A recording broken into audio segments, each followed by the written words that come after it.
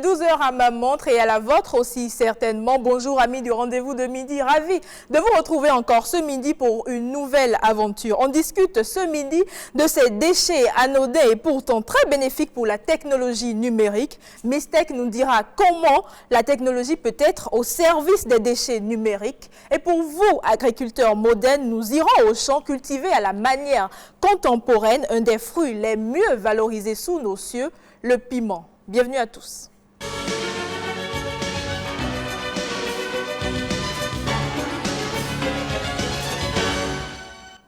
Bonjour, bonjour et bienvenue. Bienvenue Bruno. Bonjour Bruno, bonjour Assel. Bonjour à toutes et à tous. Bonjour Mylène, bonjour chers téléspectateurs. Bonjour Mylène, salut à tous. Très heureux d'être en votre compagnie pour une autre aventure de midi, toujours aussi exaltante. Adonis, je retiens deux mots. Exaltante. Heureux d'être en sa compagnie et aventure. Attends, tu voulais qu'il dise qu'il est heureux de se retrouver en ta compagnie? C'est ça? Non mais non, c'est pas possible. Non. Ah ouais? Bruno, c'est ce qu'il voulait. En sa compagnie parce que c'est elle qui m'accueille sur ce plateau. Ouais. Et donc voilà. Bon, tu salues aussi l'autre diplomate. Oui.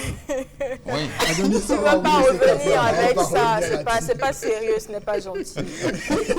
Toi, on ira à la recherche, on ira à la source pour voir ce que Adonis également a comme seconde, troisième passion. Parce que je suis sûr qu'il en a. Quand il était petit, il rêvait certainement de devenir peut-être un artiste musicien. Ouais, et on sait déjà qu'il n'a pas la voix, donc on va bien se moquer de lui prochainement. Pas de soucis. Adonis, on reste avec toi. On parle des passeports des Béninois résidant aux États-Unis et au Canada qui maintenant peuvent disposer comme ils veulent, quand ils veulent, de leur passeport. Eh bien oui. Les compatriotes, comme tu l'as dit, au Canada et aux États-Unis, avaient soumis des plaintes par rapport à la délivrance des passeports et autres documents. La direction de l'immigration et de l'immigration a lancé une opération spéciale de délivrance de passeports ordinaires biométriques. Cette opération concerne uniquement le renouvellement des passeports biométriques et son établissement aux enfants de moins de 10 ans. Et à travers un communiqué, M. Jean-Claude Orego, l'ambassadeur de l'ambassade des États-Unis, du Bénin aux États-Unis, a situé les critères pour pouvoir avoir ces pièces. Il concerne d'abord les compatriotes précédemment enrôlés et en attente de leur passeport, c'est-à-dire ceux-là qui avaient déjà fait les formalités et qui étaient en attente d'avoir la délivrance des passeports.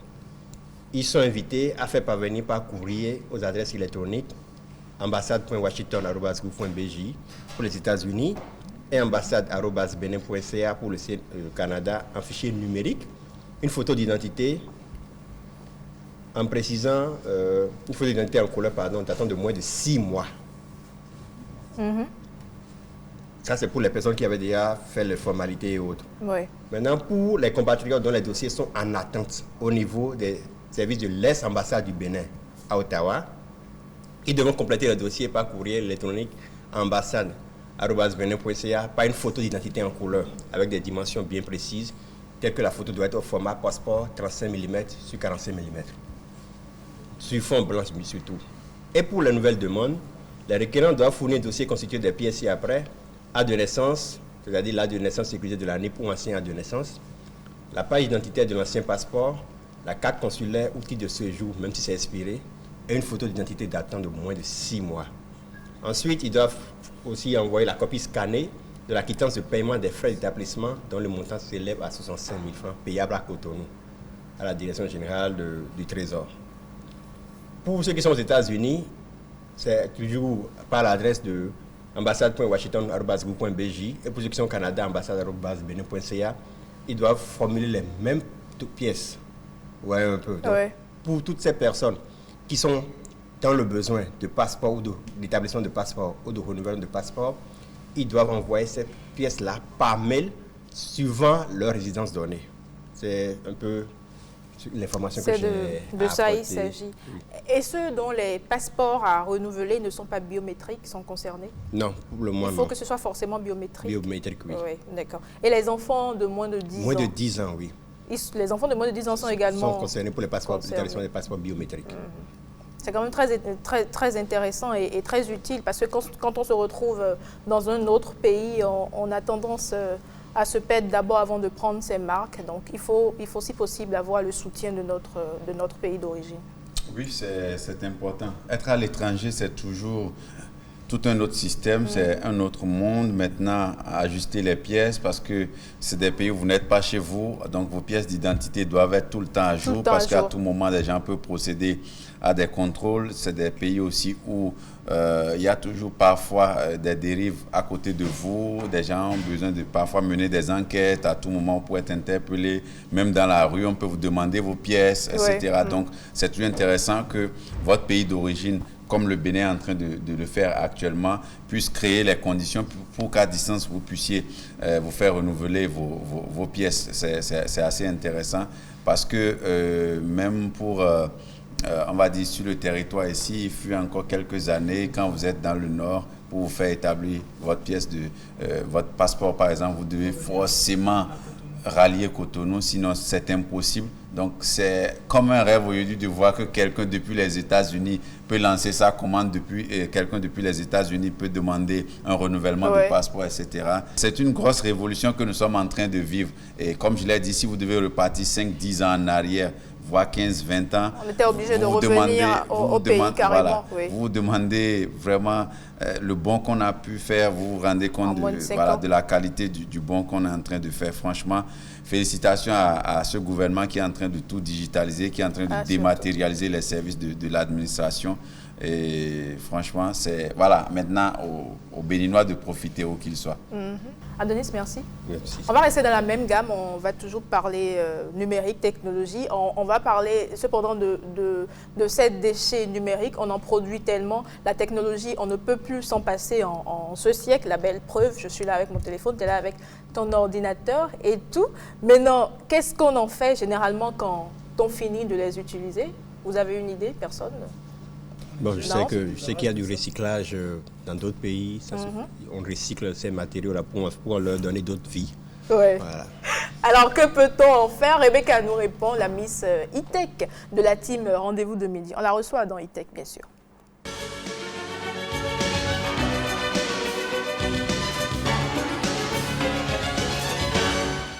Miss Tech, bonjour. Bonjour Mylène, bonjour chers collègues, chers téléspectateurs. Toujours un plaisir pour moi de vous retrouver. Un plaisir pour toi de nous retrouver aussi. Bon, je me vois tous les jours. Hein, de nous retrouver ici. Bon, Adonis, je parle à tout le monde ici, sauf à Adonis. Bonjour Rebecca, bienvenue. Rebecca, elle a pleine forme. Ouais, ça va. Oui, on bénit le Seigneur, toujours.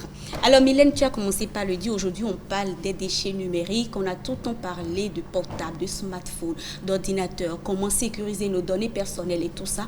Mais comment utiliser plus tard, en fait, quoi faire de ces téléphones, de ces smartphones, de ces ordinateurs, de ces tablettes après utilisation. C'est vrai que quand on parle de déchets numériques, hein, il faut vous dire en même temps qu'il y a aussi bien les smartphones, les tablettes, les ordinateurs, les appareils électro, voilà. Il y a tout ça. Un peu de tout ça, tout ce qui contient quand même de, on va dire quoi, de l'énergie, tout ce qui produit. Une vie numérique. Voilà, donc tout ça, c'est déchets numériques. Au Bénin, il y a des jeunes qui ont innové, des jeunes qui ont pensé autrement, qui se sont posé la question de savoir, mais qu'est-ce que nous faisons après utilisation de ces appareils, qu'est-ce que nous faisons concrètement? Donc, ils ont proposé une solution. C'est 4 jeunes, dont une femme. Ils ont proposé une solution. Je rappelle que ces jeunes ne sont rien que des étudiants. Ils ont proposé une solution. Et cette solution va nous permettre désormais de savoir gérer nos déchets numériques. Je vous propose tout simplement de suivre ce reportage qui nous dit tout. Un bug de trop, un pixel mort ou encore un écran fissuré. Toutes les raisons sont bonnes quand on veut changer son smartphone ou son ordinateur. À cet instant, le devenir de l'appareil n'est plus vraiment la priorité.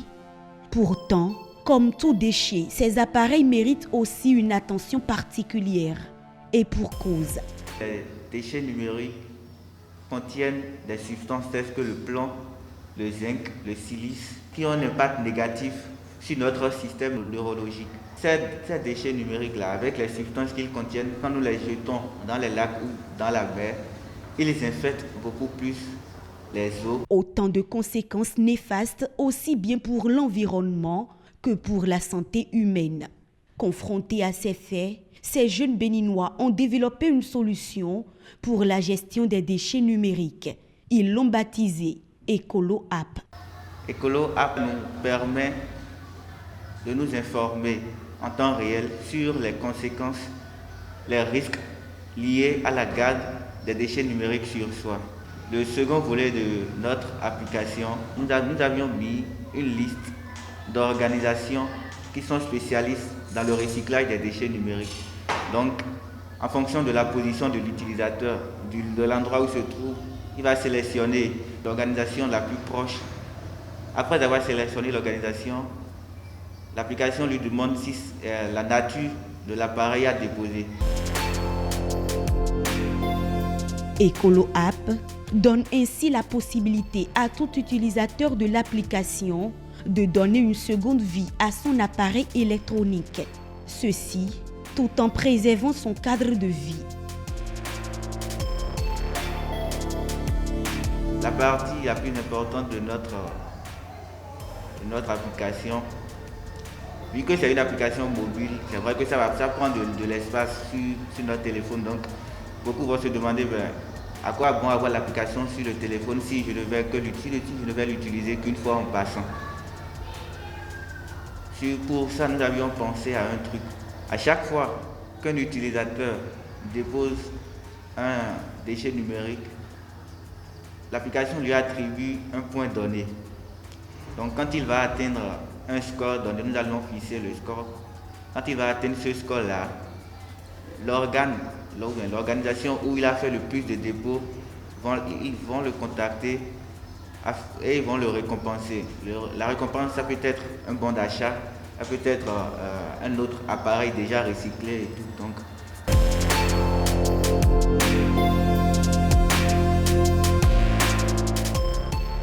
Écolo App a 4 géniteurs, une femme et 3 hommes, tous encore étudiants. À ce jour, seule la version d'essai de la solution est disponible, mais ils sont déjà au laboratoire pour sortir l'application.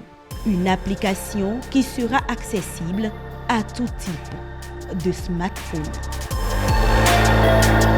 Et voilà, Mylène, je le disais tout à l'heure, mais en voix off, la version de l'application qui est disponible aujourd'hui, c'est juste la version d'essai. Donc, ces étudiants sont au laboratoire pour nous sortir l'application qui sera accessible à tout type de smartphone. Donc, vous pouvez télécharger tout simplement.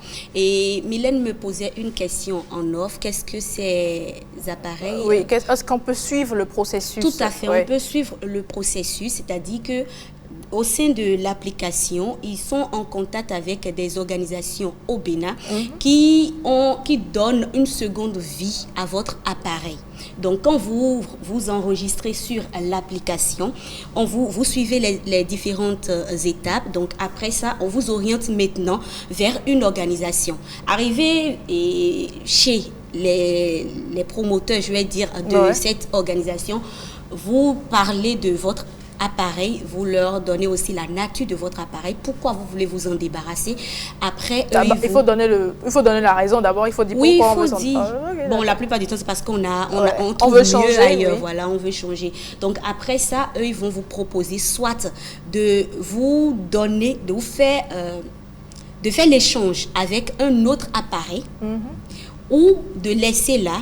Et eux, ils vont essayer maintenant de les envoyer vers ceux qui font le recyclage pour vous retourner plus tard ce qu'ils vous doivent. Je ne sais pas si vous comprenez un peu. C'est une application qui fait d'intermédiaire voilà. Les gens qui ont des appareils usagés. Exactement. Et ceux qui font le recyclage. Voilà. Généralement, on a une idée du produit fini. Quand on recycle l'appareil, qu'est-ce que ça devient? Forcément, on le saura, puisque aujourd'hui, là, je le disais, c'est à la phase pilote, on va dire pratiquement. Donc, c'est quand ces jeunes vont terminer et que l'application serait déjà disponible, ils vont certainement faire des exercices, des essais avec des personnes qui vont utiliser la plateforme. Et après cela, maintenant, on saura qu'est-ce que notre appareil devient quand on s'inscrit sur la plateforme. Ce sont quand même des têtes à encourager, hein, parce que grâce à ça, d'ailleurs, on a plus une idée, on sait vraiment qu'on ne jette, non, pas que ça, qu'on ne jette pas tout, que tout se recycle, oui, tout se transforme, bien sûr. Et surtout que les gens ont maintenant une plateforme par laquelle il faut passer pour avoir gain de cause. Parce que sous nos cieux, on n'a pas atteint ce niveau d'industrialisation où vous pouvez remettre votre téléphone portable qui n'est plus peut-être fonctionnel pour qu'il y ait les industries qui vont fondre peut-être le portable, fondre sa matière. On sait qu'il y a des matières assez importantes qui sont utilisées pour faire un portable. Par exemple, vous prenez le coltan, c'est une matière qui est presque en voie de disparition. Il faut aller dans des pays comme le Congo pour pouvoir en trouver. Oui. Donc, c'est des matières qui sont assez rares pour trouver de façon brute aujourd'hui. Donc, la solution la plus simple, c'est de fondre les portables, les appareils, pour en refaire d'autres.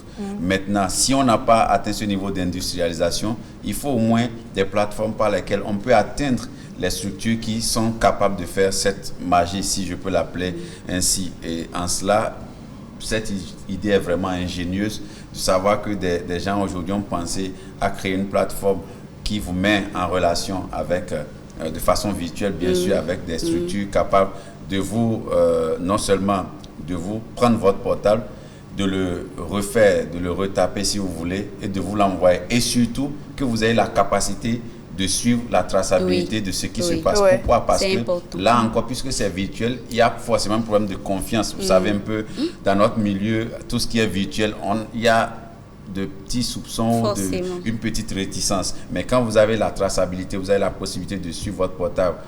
Quelle est l'étape à laquelle votre portable est? Quand est-ce qu'il vous revient? Est-ce que c'est déjà parti? Est-ce que la structure, est-ce qu'une structure a déjà reçu votre portable? Est-ce qu'elle est en train de travailler sur votre portable, etc. Quand viendra mon retour. Voilà, tout ça vous rassure, ça vous apaise et après vous avez votre produit. Franchement, bravo à ces jeunes-là qui réfléchissent et qui mettent surtout leur intellect dans le sens positif, parce qu'il y a des esprits tordus qui ont peut-être la même intelligence, mais qui auraient pu créer une autre application beaucoup plus nocive que, je sais pas, que de cette aide-là. Pour caricaturer leur application, vous connaissez ce qui récolte les ferrailles là. Oui, Gakpo Blé, oui. Ils tentent de mettre un peu du génie en mettant beaucoup plus de la beauté. De l'intelligence, au lieu que ce soit le gars crie dans la pour dire Gakpo Blé, tu prends juste ton téléphone. Ton téléphone, tu télécharges. Tu t'inscris, tu dis ce que tu veux liquider et la collecte se fera. Donc je pense que c'est mais ça aussi, ça peut inspirer plus. Oui, ça peut inspirer. Au lieu de traîner dans les rues pour dire Gakpo Blé, collecter autrement. Mais bon, tu es en train de supprimer. Oui, bien sûr, c'est bien ça, obligatoirement. Ils viennent chez vous, ils prennent les batteries usagées, ils prennent les ferrailles déjà. On ne sait pas ce que ça devient après. Non, mais on sait qu'ils vont revendre. Ils vont revendre au marché chez les grossistes. Oui, je pense qu'ils peut-être transforment. Je sais pas. Non, ils vont revendre tout transformer parce qu'il n'y a plus assez de fer, il n'y a plus assez de cuivre. Ça revient sous forme de marmite, etc. Et ils recyclent un peu tout. C'est comme ils viennent prendre ta cuisinière, ton réfrigérateur, un peu tout. Tout est recyclé, tout est recyclé. Rien ne se perd. Rien ne se perd. Tout se transforme. Et c'est très intéressant. Est-ce qu'on a la possibilité de télécharger l'application sur toutes sortes de smartphones? Non, pas que de smartphones, peu importe l'exploitation, le système d'exploitation du téléphone. Est-ce qu'on peut télécharger l'application Si, dès que l'application serait disponible, oui, vous avez cette possibilité-là. De télécharger. Parce que des appareils qu'on n'utilise pas, on en a tous au moins un à la maison. On garde ça là, on se dit, bon, peut-être un jour, quand je serai dans le besoin, j'irai réparer et je vais l'utiliser. Moi, par exemple, j'en ai plein. Oui, parce que moi, quand j'ai des trucs avec l'appareil, je fais un peu comme du bricolage. J'enlève les pièces d'un. Et tu rajoutes à l'autre. Si tu payes, on t'amène ça. Tu donnes de l'argent et puis je te ramène les appareils à la fin. On va se voir dans les coulisses.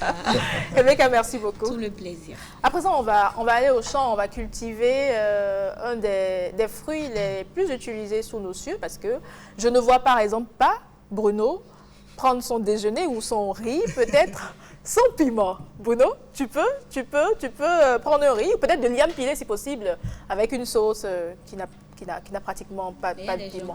Le Oui, piment. parce qu'ils ont un problème à l'estomac souvent. Le piment, je ne suis pas un grand consommateur de piment.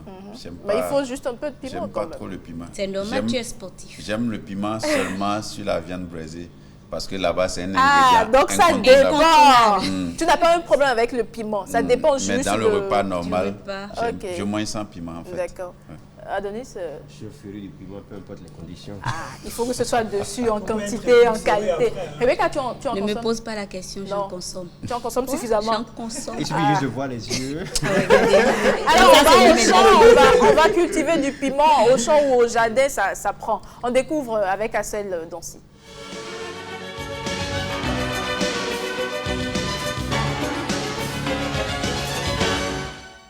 Assel, ça se cultive comment? Ça se cultive où? On peut le faire à la maison juste avec... Tu es venu avec des piments, bien sûr. Tout à fait. Je suis venu avec des piments verts. piments Fais verts voir. surtout. Je prends juste, je mets ça en terre et ça pousse. Non, il faut acheter les semences chez les experts, Ok. les ingénieurs agronomes. Et vous pouvez le cultiver n'importe où. Que ce Mais nos soit- grands-mères au village, Le qu'est-ce font. qu'elles font? Elles prennent juste Bon, les graines à ça, l'intérieur et elles c'est la plantent. méthode de nos mamans, ça. Là, Mais c'est beaucoup plus sophistiqué aujourd'hui. Il faut acheter les le semences. 21e siècle. Voilà, On y il faut va. acheter les semences. On va sur cet élément de Valère Amoissou, un ingénieur agronome. Il va nous en parler. Mais il est aimé pour son pouvoir délicieusement agressif sur les papilles. Le piment, ce délice taquin dont raffolent les Béninois, se cultive à grande échelle dans cette plantation. Au-delà des ménages nationaux, le marché du piment est en forte demande à l'international. Comment réussit-on une culture extensive du piment? Valère, notre passionné de la terre, nous explique étape par étape. On va faire la pépinière du piment avec de pur rond, le piment rond. Voilà. Si vous arrivez à faire déjà la pépinière du piment rond, ça veut dire que vous pouvez faire la pépinière du piment long, du piment gros, du poivron, peu importe. Voilà. Donc, pour faire la pépinière du piment, il faut d'abord acheter des semences de qualité. Il faut acheter des semences certifiées chez les distributeurs de semences agréés par l'État.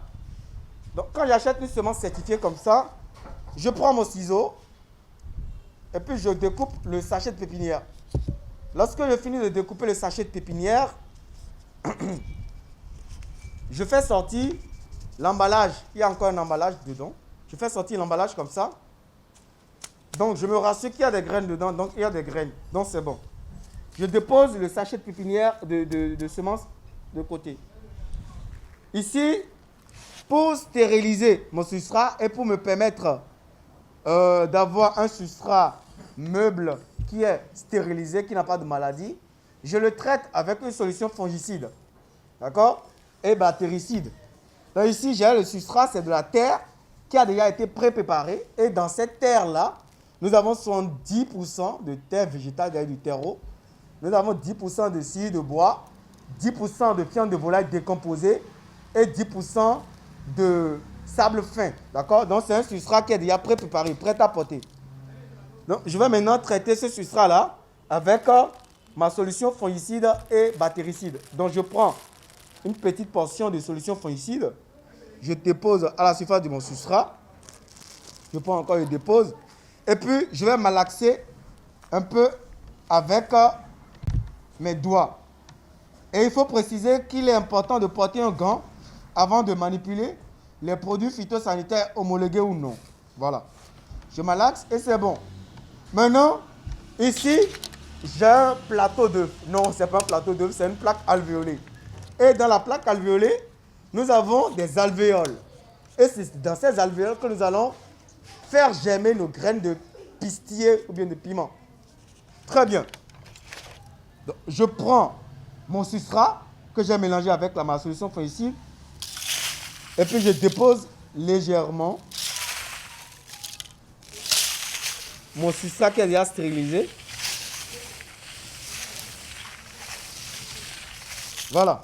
Donc je dépose jusqu'à couvrir toute la superficie, toute la surface de mon plateau. Donc je dépose.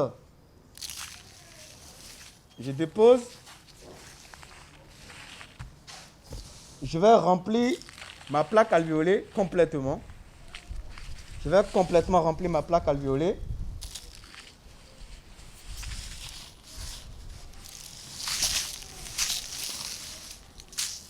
Je remplis complètement la plaque alvéolée. Alors, après avoir rempli la plaque alvéolée, maintenant je vais arroser avec un pulvérisateur. La deuxième étape est classique, mise en terre de la graine et arrosage. Donc je vous rappelle que c'est un substrat qui est déjà pré-traité, qui est stérilisé contre les nématodes parce que les ennemis pour le piment, d'abord en premier lieu, ce sont les nématodes. Les nématodes créent des galles au niveau des racines et ça empiète sur le rendement. Donc, là maintenant, c'est un choix délicat. Je vais enlever catégoriquement mon gant parce que j'ai fini de manipuler le substrat. Je prends mes doigts et je dépose graine par graine. Une graine, 2 graines, 3 graines, 8, 9, 10. Je mets de microbuses sur la surface de la plaque alvéolée. Voilà, j'arrose ma plaque alvéolée. J'arrose copieusement. Et pour que la récolte soit bonne après 2 mois, Valère explique les soins à apporter à la pépinière. Il faut d'abord observer 1 mois et demi de pépinière. D'accord? Parce que vous allez faire 8 jours de levée de dormance. Et après la levée de dormance, vous allez maintenant apporter des engrais foliaires et des pesticides chimiques de synthèse ou non. Ça dépend du type d'agriculture que vous faites. Si vous faites de l'agriculture biologique, donc vous allez apporter peut-être l'huile de Nîmes, d'accord? Ou d'autres pesticides naturels qui, à une bonne pépinière, a inéluctablement, s'il respecte l'unité technique, un très bon rendement. Voilà. Donc quand vous faites une très bonne pépinière, vous avez un très bon rendement. Alors, vous avez une très bonne pépinière. Combien de temps pour récolter tout ça? Il faut 3 mois pour les variétés hybrides. Par exemple, le cas de cette variété, c'est une variété performante, une variété hybride qui produit après 2 mois. 2 mois après repiquage. Si c'est une semence certifiée, une semence hybride améliorée, ça dépendra aussi du cycle de la semence. Mais dans ce cas d'espèce, nous sommes en face d'une semence qui produit déjà ses premiers fruits après 2 mois. Au champ, comme dans les petits espaces de famille, le piment se laisse cultiver sans grande technique savante. Juste un peu de passion jardinière, à défaut d'un grand amour des plantes, aime assurer Valère Aronsou, le passionné de la nature. Alors, Mylène, on aura compris tout ce que Valère nous a appris, mais il faut retenir quelques caractéristiques de cette plante potagère et condimentaire. Le piment fait partie de la famille des solanacées. On le cultive sur des sols légers et frais et en termes d'exposition, le piment adore que là où on veut le cultiver, que ce soit bien léger et humifère. Léger, c'est-à-dire? C'est-à-dire quand vous avez un sol bien drainé en fait. Ouais. Il faut qu'il y ait un peu d'eau, histoire de lui permettre de sortir au bout de 2 mois ou de 6 mois. La germination, c'est 6 jours. C'est-à-dire quand vous mettez la graine sous terre, au bout de 6 jours, vous avez la germination. 2 mois après, vous pouvez repiquer et aller au champ. Et 5 à 6 mois, vous avez le résultat et vous pouvez consommer le piment tel que vous l'avez dans votre main. Peu importe la technique, on peut l'avoir chez soi à la maison? Oui, chez soi à la maison. On peut l'essayer déjà avec ces piments?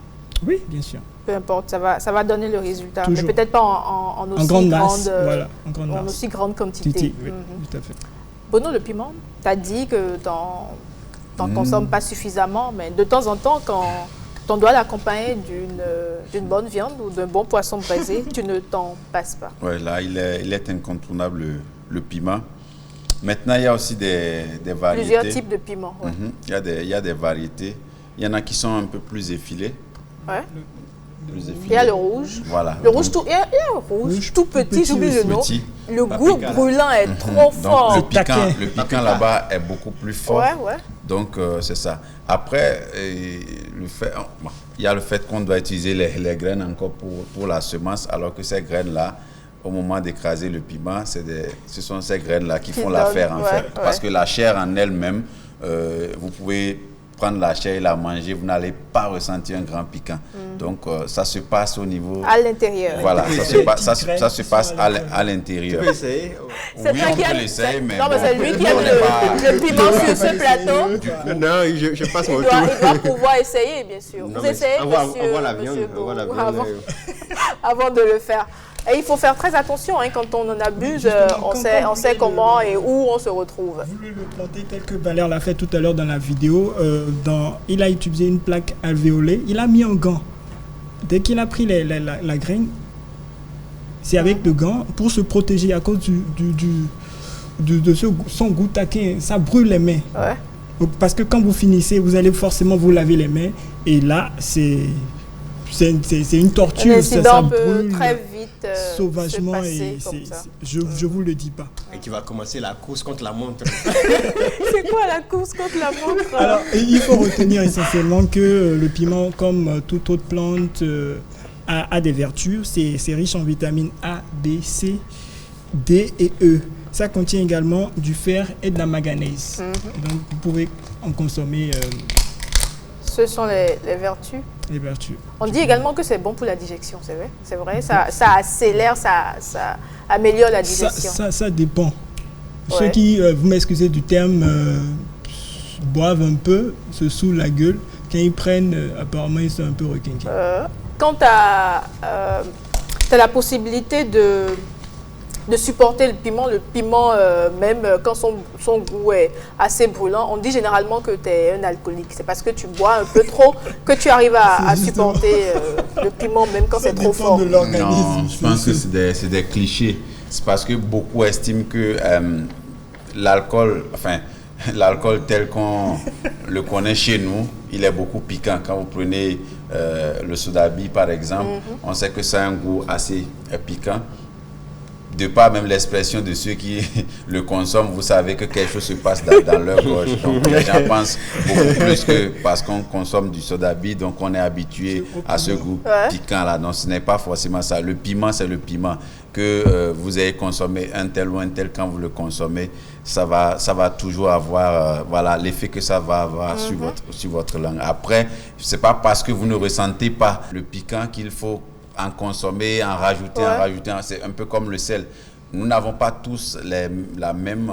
au niveau du goûter, on n'a pas tous la même appréciation d'une quantité de sel dans la sauce. Oui. Vous avez des gens, quand ils goûtent votre sauce, ils estiment que c'est trop salé. Et pendant ce temps, vous avez quelqu'un d'autre à côté qui dit il n'y a pas du tout de sel. Ouais. Donc ailleurs, on va vous dire que peut-être que celui qui demande plus de sel encore dans sa bouche. Bon, je ne vais pas rentrer dans les détails. On va vous dire dans certains maman peut vous dire que c'est parce que tu ne te brosses pas les dents que tu n'as jamais remarqué qu'il y a suffisamment de sel. Qu'il y a suffisamment de sel. Mais ce n'est pas une raison pour en rajouter parce que le fait que vous ne ressentez pas un goût ne veut pas dire que la teneur de ce condiment-là dans la sauce, condiment dans la sauce n'est pas encore suffisante. Donc, il faut faire très, très, très attention. Donc, vous pouvez consommer du piment. N'oubliez pas, ça peut vous conduire aux toilettes. Oui, vous pouvez faire une diarrhée. Et plus grave encore, on a des brûlures à l'estomac si et vous êtes l'hémorroïde même, si vous êtes ulcéreux, tout ça, ce n'est pas bien. Donc, c'est des condiments à vraiment prendre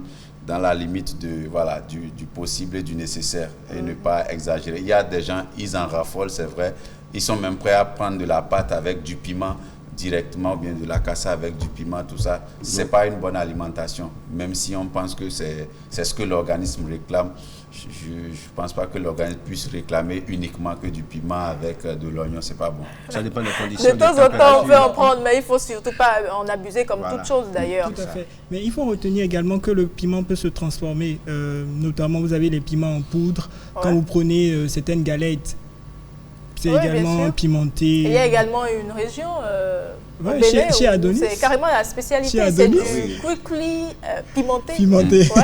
Et c'est la Pimenté. spécialité de la région. Bien pimenté, sinon Agoni, ce oui. n'est pas le Agoni, quickly voilà. de Pareil à Agoni. Dougou Hein. aussi. Ouais. Vous allez à Oui, Dougou aussi. mais là-bas, c'est un peu sucré. Et Ouais, c'est bien c'est un plat. peu Sucré C'est plat. pimenté. Et c'est plat aussi. Oui, c'est plat, c'est aplati en fait. Ouais, ouais. Non, de l'autre côté, c'est comme bien les long. quickly en général. long. Et Mais il y a aussi C'est pas les- bien c'est long, fort en c'est- piment. c'est effilé, c'est pas bien. En tout cas, mais il y a aussi les galettes en forme de petites rondelles là, Oui, qui sont comme oui. très pimentées, Oui. plus que Ouais. les galettes effilées. Ouais, ouais. Et Non, aussi, mais- hein, quand tu en abuses, ça va pas. Hein, tu as des brûlures à l'estomac. partout. Et C'est très et- irritant. Comme quoi le piment, on en consomme. Maintenant, il faut dire que dans d'autres cultures, le piment devient, c'est comme le premier condiment dans toute préparation pratiquement. Vous allez en Asie, par exemple, le piment est très consommé. Quand vous allez dans les restaurants chinois, toutes les soupes qu'on vous propose, il y en a, la plupart, il y en a qui ne sont pas du tout pimentées, mais la plupart sont assez épicées. Vous allez dans les pays comme l'Inde, c'est encore Au plus Mexique sérieux. également. L'Inde aujourd'hui est reconnue Mais comme pour eux, le piment le est premier différent. pays. L'Inde aujourd'hui est reconnue comme le premier pays producteur de piment. Ils font plus de 3 400 000 tonnes par an. Donc imaginez le taux de consommation. Ils en consomment du piment dans le suffisamment. monde. Contrairement en Europe, où il y a pas, le piment n'est Ouais. pas assez répandu Ouais. et autres. ouais. Alors, en Afrique, quand même, on en consomme, bien sûr. On en C'est consomme. comme le truc là, mais bon. Tu dirais qu'une autre variété du piment, c'est aussi le poivron. Ouais, mais le poivron n'a pas ce goût brûlant. Le Mais poivron, s'il est il a doux. juste le même pigment, C'est la la même même couleur. texture. Oui, et c'est généralement plus gros, très souvent, que le piment. Il est plus doux. C'est même qu'on préfère le piment à l'état Et on pur. peut le mettre un peu partout, bien sûr. J'espère qu'on va un de ces quatre cultiver également Tout à fait. le poivron. Peu importe la couleur, rouge, jaune, vert, parce qu'il y a plusieurs couleurs, On prépare, plusieurs types de poivrons. Tout à fait, on prépare plusieurs choses, plusieurs autres thématiques avec Valère. Ça se fera Et d'ici on à là. espère que tu viendras avec du poivron. Oui, comme il y tu aura as du venu avec régal un- cette fois-ci. Quelques bribes de piment. ouais. Ça veut pas dire que tu les as volés à la cuisine de maman avant de venir. Adonis, méfie-toi. C'est un piment à retourner à sa place après. Bien sûr, et c'est bien conservé, hein. Il garde Voilà. ça comme En fait, ça. c'est pour ça. Il rentre à la maison. Voilà, il c'est pour ça dépose. que Pour que maman le piment est ne s'en venu, aperçoive pas. voilà. Parce qu'il y a des moments, hein, tu vas croire que tu as juste enlevé 3 piments, Ah, mais mais elle attends. savait le nombre de piments Elle a qu'elle fait son déposé. programme dessus. Ce soir, c'est ça qui passe dans la sauce. Si la sauce de ce soir n'est pas Non, épicée, rassurez-vous. Ce serait ta Donc, faute. dès qu'on finit Pas l'émission, son insu, je l'ai pris, je lui ai bien dit. Maman, D'accord. j'ai besoin de tes condiments.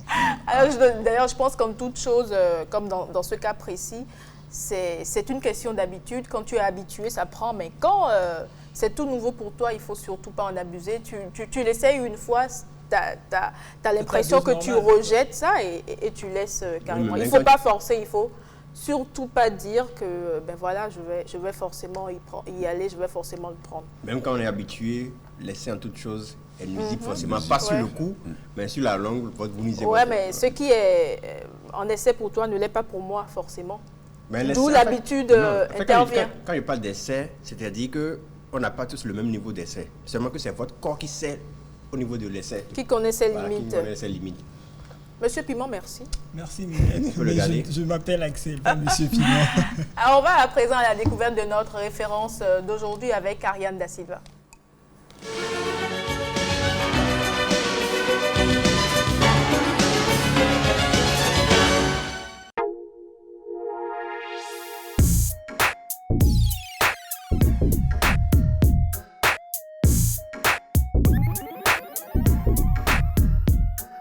J'ai fait les études, depuis le primaire jusqu'au supérieur.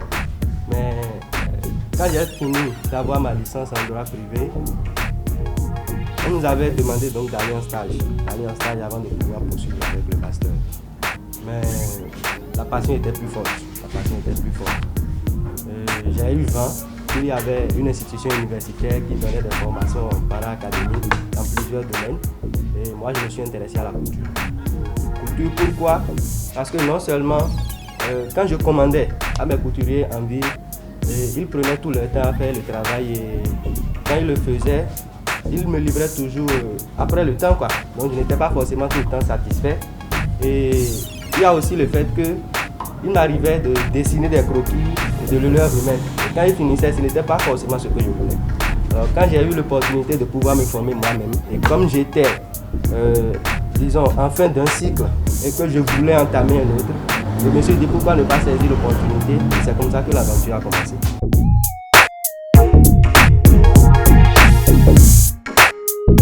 C'est vrai que dès que je vois quelqu'un aujourd'hui qui me demande qu'est-ce que toi tu fais, et que je lui réponds, je fais la couture, il quitte tout de suite. Parce qu'on se demande comment il peut avoir fait les études universitaires pour finir par la couture. Mais ce que les gens ne comprennent pas, la couture ou tout autre métier artisanal, ce n'est pas forcément un métier d'illettré ou bien de quelqu'un qui n'est pas instruit. Parce que vous allez voir que même dans le système éducatif en place, on oblige l'enfant à s'instruire à un certain niveau avant d'aller en apprentissage. Ça veut dire qu'on a besoin des rudiments de l'instruction pour pouvoir mieux être plus compétent, être plus pratique dans le domaine de l'artisanat. Donc, pour quelqu'un qui a évolué plus dans les études, c'est un atout parce que vous avez un peu d'instruction, vous avez une certaine facilité à assimiler les choses. Plus vous évoluez, plus vous avez de facilité. Vous avez plus d'outils pour vous permettre d'aller plus vite dans le travail. Donc voilà, je leur explique que bon voilà, en dépit de tout, c'est mon choix, c'est ce que j'ai choisi et je l'assume.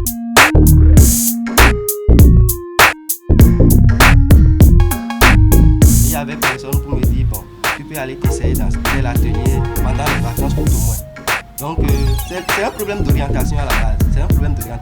C'est un véritable problème que nous avons au Bénin. Et il va falloir que déjà à la maison, les parents puissent penser à résorber ce problème pour pouvoir permettre à la jeunesse aujourd'hui de s'inscrire dans la logique du gouvernement qui est allé vers l'entrepreneuriat.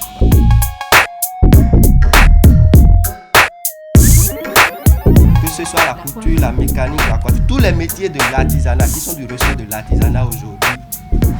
Si un jeune pense encore que c'est du ressort de ceux qui ne sont pas instruits, c'est qu'il se trompe. Parce qu'il y a de hautes écoles qui forment dans ces divers domaines aujourd'hui. Et l'État s'est auto-saisi du domaine pour pouvoir organiser les choses. Aujourd'hui, même si vous allez dans un atelier de couture, de coiffure, de mécanique, de soudure dans la ville, et que vous finissez votre formation, ce n'est plus le patron qui est habilité à vous donner le diplôme, non. L'État s'est auto-saisi du domaine. On l'aura compris, il n'y a pas de second métier, il faut juste pouvoir se nourrir de ce qu'on fait, pouvoir s'épanouir surtout, c'est le plus important, on l'a dit, et répéter plusieurs fois déjà sur ce plateau, surtout avec nos références qui, à chaque fois, nous en apprennent beaucoup. Assel, tu maîtrises bien ce domaine déjà? Tout à fait. Avoir une autre corde à son arc, c'est à son propre actif, parce qu'en dehors de ce que vous avez appris, il faut forcément que vous mettiez, vous nourrissez d'autres passions. Moi, je l'ai dit sur ce plateau, vous m'avez peut-être pas cru, mais je ne vais pas revenir là-dessus. Il faut simplement dire qu'il a su trouver une porte de sortie en dehors de sa formation professionnelle. Il a également suivi une autre formation. En dehors de sa formation à l'université, je pense bien qu'il a une licence en droit, en sciences juridiques, et qui s'est donné à une autre passion, la couture notamment. Il a pu apprendre à cette institution universitaire que vous connaissez, le ACE, oui, l'ensemble artistique et culturel des étudiants, où pendant 3 ans, puisque la formation là-bas c'est sur 3 ans, pardon, et au bout de ça, il a pu tirer son épingle du jeu, il est à son propre compte, il s'épanouit, et beaucoup ne voient pas en fait l'avantage de se donner à autre métier. Ils pensent que bon, aujourd'hui j'ai un diplôme, je vais me camper là-dessus. Ils risquent peut-être de regretter plus tard. Mais déjà que ce juriste de formation a pu réaliser ses rêves, sa passion, c'est à son propre actif, et je pense qu'on lui souhaite beaucoup de succès. Qu'il brille davantage dans ce qu'il a choisi. Et on en a parlé il y a peu également sur un autre plateau, Bruno. Le gouvernement actuellement milite beaucoup pour ça, organise si possible des formations pour nos artisans pour qu'ils puissent se perfectionner. Parce qu'il faut, oui, avoir le talent, mais il faut pouvoir déjà le vendre et le perfectionner surtout. Ouais, je pense que les métiers d'artisanat sont des métiers perfectibles parce que c'est des œuvres d'art que vous produisez en fait, et tout ce qui est œuvre d'art est perfectible. Vous pouvez faire la même jarre aujourd'hui, refaire une autre jarre demain, mais autrement, avec un peu plus de finesse, avec un peu plus de réussite. Après, vous n'êtes pas obligé de réussir tout le temps, mais dans la constance, vous êtes obligé de réussir vos produits. Mais il faut maintenant progresser.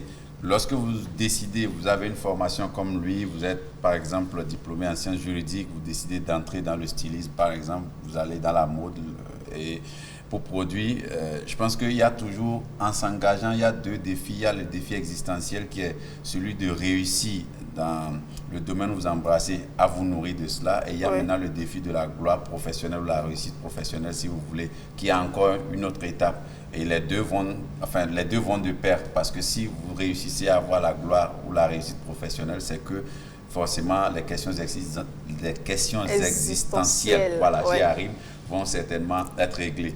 Et en ce sens, il est à féliciter, parce que comme je l'ai dit, nous sommes malheureusement dans une société où quand vous décidez d'embrasser tel ou tel autre métier, il y a les regards de la société. C'est mal vu, mal perçu, mal compris et à la limite fou pour certains qu'on voit quelqu'un qui a des diplômes d'université, donc supposé être un intello qui revient à la machine aujourd'hui, à la machine de couture, machine de broderie, découper des tissus, faire des coupons sur des tables. On se demande, mais avec tout ce qu'il a pu apprendre en droit, il aurait pu devenir avocat, notaire, magistrat, et le voir greffier, tout ce que vous voulez, être au tribunal dans sa toge, etc. Mais le voici en train de découper des tissus, le voici peut-être en train de se faire crier dessus par des clients qui sont peut-être mécontents, etc. Donc, c'est des risques toujours. Et ça, il faut vraiment croire en vous. N'attendez pas les gens à ce tournant de votre vie là pour venir vous dire « Ah non, tu peux être un bon styliste, tu peux être un bon couturier. » Non, n'attendez pas les gens. Il faut que vous croyiez en vous, que je peux abandonner mes études. Enfin, je peux laisser mon domaine de prédilection, bien mon domaine de formation et aller dans tel domaine et réussir parce que j'y crois. Et quand vous y croyez, vous vous y mettez. Le reste, ça vient. Ça prend. Et Adonis, pourquoi on a toujours du mal à comprendre où on a tendance à croire que le succès, la gloire, généralement, se retrouve forcément derrière un bureau. Il faut forcément suivre une formation, avoir forcément un diplôme précis dans un domaine, se retrouver en cravate, en costume, avant de pouvoir dire, ben voilà, je gagne mon argent à la sueur de mon front et j'en suis fier. En fait, il y a une chose que je répète toujours, quand vous aimez ce que vous faites, vous ne travaillez pas. Donc, cette passion, quand vous convertissez cette passion en un travail là, c'est-à-dire que vous ne travaillez du tout pas. C'est que chaque fois vous excellez, aujourd'hui j'ai fait, comme Bruno l'a dit, j'ai fait telle œuvre. Demain, peut-être en ajoutant cette nouvelle touche, ça va intéresser des personnes données. Donc l'important, ce n'est pas forcément d'avoir le diplôme pour rester dans un bureau et autres. Bien vrai, on aimerait bien, on est content quand on voit, comme je le dirais, on griffe les Akawé en veste. Tu es un Akawé? Bon, non, je ne suis pas un Akawé. Les Akawé en veste, Bruno, c'est pas toi. Hein. Les Akawé en veste, tu en veste aussi. Mais non, mais le bonheur, c'est là où vous êtes que vous créez votre propre bonheur. Donc, on peut ne pas avoir le diplôme, mais exceller encore mieux, être encore plus épanoui qu'un Akawé ou qu'une personne en veste ou derrière un bureau. Donc, tout dépend de ce que vous voulez et tout dépend de là où vous êtes et tout dépend de vous, là où vous voulez aller. Voilà. Et on ne travaille pas quand on aime ce qu'on fait. Non, quand vous aimez ce que vous faites, vous ne travaillez pas. Flûte, on y va, on monte et on descend. Vous allez juste on se retrouve. Vous allez rencontrer des difficultés. Qui ne seront pas des difficultés, on ne les verra pas. Des obstacles, voilà, des obstacles, mais vous dites, ben, j'ai telle force, telle détermination. Vous serez même surpris de voir que vous les avez relevés sans savoir. Ça va perdu même du temps. Voilà, donc. On nous souhaite beaucoup, beaucoup de courage pour la suite. Oui, vous l'avez dit, beaucoup de courage, c'est le plus très important. Parce que aller se lancer comme ça, ce n'est jamais évident. Et quand quelqu'un le fait, il faut le féliciter. Où vous êtes aujourd'hui, vous êtes journaliste reconnu, vous faites émission, les gens vous suivent chez eux, ils vous voient dans la rue, ils vous reconnaissent, ils vous saluent, ils vous voient un respect, vous êtes honorable devant certaines personnes. Si on vous demande tout à l'heure de laisser le micro, le papier, la plume, tout ce que vous voulez, et d'aller vendre à Taco TV à 16h tous les soirs avec de la bouillie, vous allez mal prendre ça vous-même d'abord probablement. Vous allez vous dire, mais moi, Mylène, il faut aimer ce que j'irai vendre. Non, mais je choisis d'abord. Après le nom que je me suis fait dans le monde du journalisme, on va me voir. Mylène, à 16h perdu, elle est une cuisinière, donc ça ne lui dira rien. À ta côté. Non, elle cuisine dans sa cuisine. Non, ça ne lui dira rien. Entre les quatre murs, mais sortie dehors au bord de la voie. Free Liam, free les beignets. Commencez pas à vendre n'exagérons pas non plus. Bon, je On vous parle souffle quelque chose. de passion, Je vous souffle mais quelque chose. attention. Par le passé, moi, je vendais du Pure Water. Ouais. Par le passé, je mettais une glacière sur la tête pour aller vendre de l'eau. Je Vous avez dit t'imagine par le avec, passé. ça, Oui, ça te va si on- bien. Même si on me donne de le faire, je vais le faire. C'est pas évident. C'est ce que tu crois? Non, c'est pas, parce que- c'est pas évident. Oh. Si c'est évident, pourquoi vous ne le faites pas? Je le ferai. Non, pourquoi vous ne le faites pas? Ah, maintenant? Vous avez des heures perdues, vous avez des jours de repos. Pourquoi Ah, ces jours va de repos-là? vendre D'accord, vous ne mettez pas... Mylène sera avec moi, on va le faire. Non, mais Bruno, je pense qu'il y a une différence. On ne force pas à faire. On ne te propose pas de faire. On fait son choix et là, c'est plus facile et on l'assume simplement. Donc, que je dise, ou que tu me dises, ben, Mylène, vends telle chose, si ça ne vient pas de moi, ça ne va pas prendre. C'est ça, je dis, ce genre de choses Il ne faut vont que- pas venir de vous. Qu'est-ce que tu en On dit sais? la même chose. Qu'est-ce que tu en sais? Le plus important, c'est de À ta pouvoir côté, assumer, quand à ta assumer côté, ses Nico choix. ne viendra jamais de vous. On n'en sait rien. J'imagine. Peut-être dans Non, elle un va- futur non, très ça, proche, j'aimerais on verra voir ça. le faire. Non, tu sais. elle le fera dans sa cuisine et elle fera livrer. Ça, j'aimerais voir mais ça. Bruno peut donner l'exemple, j'aimerais il peut voir La ça. modernité aidant, je me ferai livrer, En fait, bien sûr. Ça, j'aimerais voir ça. Non, et je Bruno, serai ton Bruno, premier elle client. peut vendre autrement Teviata. Au lieu d'aller se mettre au bord de la voie, faire tout là, elle peut le faire Tout dans, a évolué. sa cuisine Ouais, et le ouais. faire sous forme de goûter et livrer. Donc tu vois, il y a Et ça Voilà, se fait, quoi. ça se fait Voilà, d'ailleurs Sauf déjà. comme Macaé. En fait, tout dépend. Vendeuse VIP. En fait, tout dépend de la façon dont vous présentez votre produit. Voilà, vendeuse- Excuse, vendeuse je VIP. ne veux pas dénigrer cet talent de cuisinier, mais votre produit peut être mauvais. Mais quand vous avez une bonne présentation, ça attire d'abord. Qui attire. Vous avez déjà mangé là. Bon, Adonis, Vous avez déjà dégusté un de ces gros plats. merci à Ariane Da Silva pour cette belle découverte. Adonis, merci. Merci Bruno. Merci Assel. Merci à Rebecca Guédon. Merci à toute l'équipe technique. On a fini pour aujourd'hui. On se retrouve déjà demain, toujours avec le même plaisir. Ciao, ciao.